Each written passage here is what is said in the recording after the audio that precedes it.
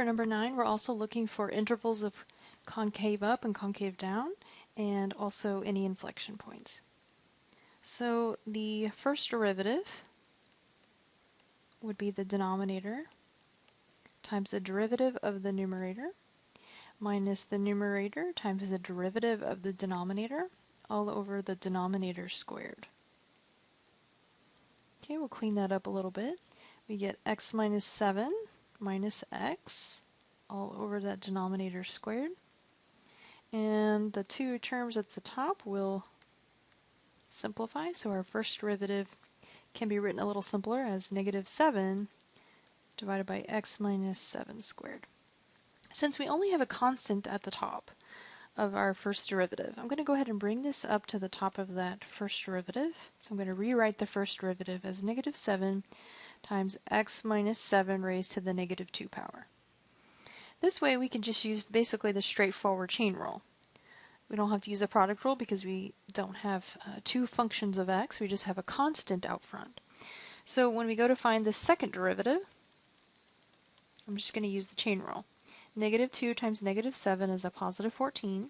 Write the inside function as is, reduce the power by 1, and then multiply by the derivative of the inside function. The last thing I'm going to do is I'm going to go ahead and write the second derivative again with only positive exponents. So that would be 14 over x minus 7 raised to the positive 3 power. Now we're looking for two things. We're looking for where the first derivative would be 0, or sorry, the second derivative would be 0, or where the second derivative would be undefined.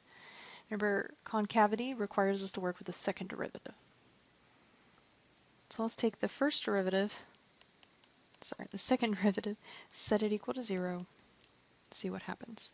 So when we cross multiply, we get 0 equals 14. So that tells us there are no x values for where the second derivative is 0. And then the next thing we want to look for is if our denominator would ever come back 0, what x value would cause that to happen.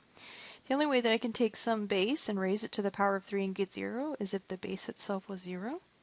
So the only way that x minus 7 could equal 0 is if x equals 7 is 0. So x equals 7. So we only have one possible point of inflection here, and that it would occur when x is equal to 7. And we're going to choose test values to the left and to the right. To the left of 0, to the left of 7, I'm going to choose 0. To the right of 7, I'm going to choose 8.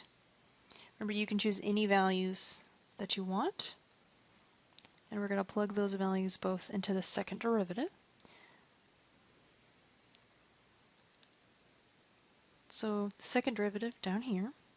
So that's 14 divided by 0 minus 7 cubed. Top is positive. Negative 7 cubed would definitely come back to be negative. Remember, a negative base raised to an odd power will come back negative. So we end up with a negative value. And if that's negative, that tells us the graph is concave down here.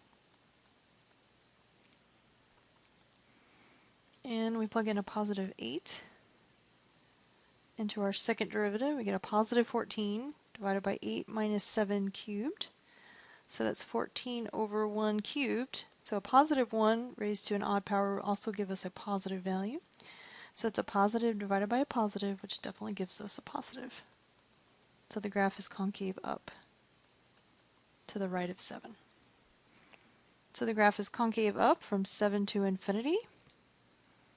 Concave down from negative infinity to positive 7. And then we want to test to see if 7 is an inflection point, since we do switch from concave down to concave up. But let's see what happens when we put a 7 back into the original function. When we put a 7 back into the original function, f of 7, our function was x divided by x minus 7. So that would be 7 divided by 7 minus 7. And of course that would be 7 divided by 0, which is undefined.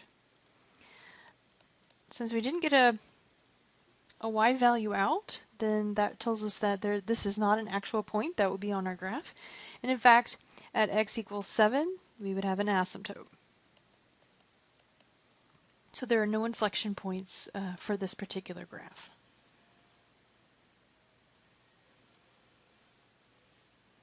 All right, lastly, number 10, we're looking for, once again, intervals of concavity and then inflection points. So we're going to find the first derivative first. That will give us 12x cubed plus 2.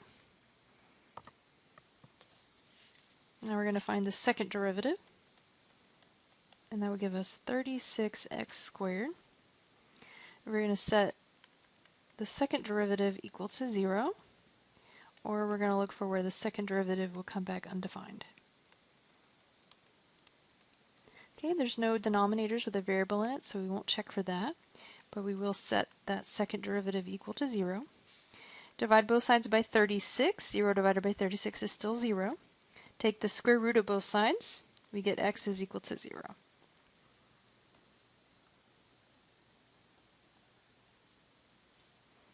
We're going to choose test values to the left and to the right. We're going to plug them into the second derivative. And in both cases, we see pretty quickly what's going to happen with the second derivative. We're going to plug into this form here. We end up with 36x squared for both, and we see what happens when we square that value. The very first thing we do is square that value for both, and then we multiply it by a positive 36. So a positive times a positive is a positive, and that will be true for both. So we have concave up for both. So we have only concave up. We don't have any intervals for which the graph is concave down.